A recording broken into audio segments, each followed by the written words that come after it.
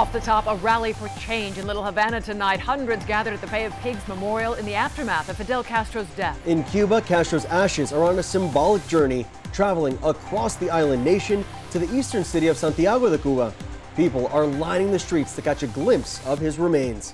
It will be a 4-day trek to bring Castro's remains to their final destination. But here in South Florida, the exile community, they have a message. We have team coverage in both locations. Hatzel Vela is live in Havana. But we start in Little Havana, and Local 10 News reporter Andrew Perez with tonight's rally. Andrew.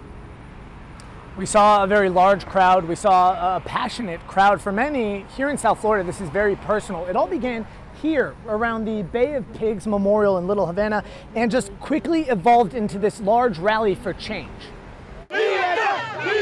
Strength in numbers, Calle Ocho was crowded. And where there's a crowd here, there's dancing. For some, this was a celebration.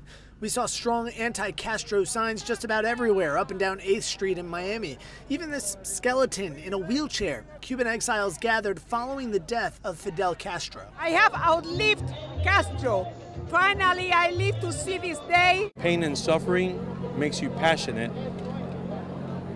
And there's a lot of pain and suffering here. Cuban exiles with painful stories of their own want to see a free Cuba, a Cuba they lost, some with relatives who were persecuted for disagreeing with the government.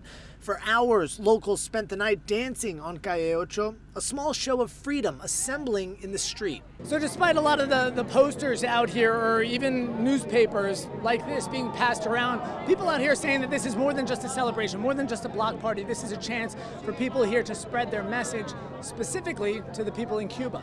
Many have separate stories, but they all are mostly the same. Torture, jail, lose everything. The myth and the propaganda, he won that, but it's a myth.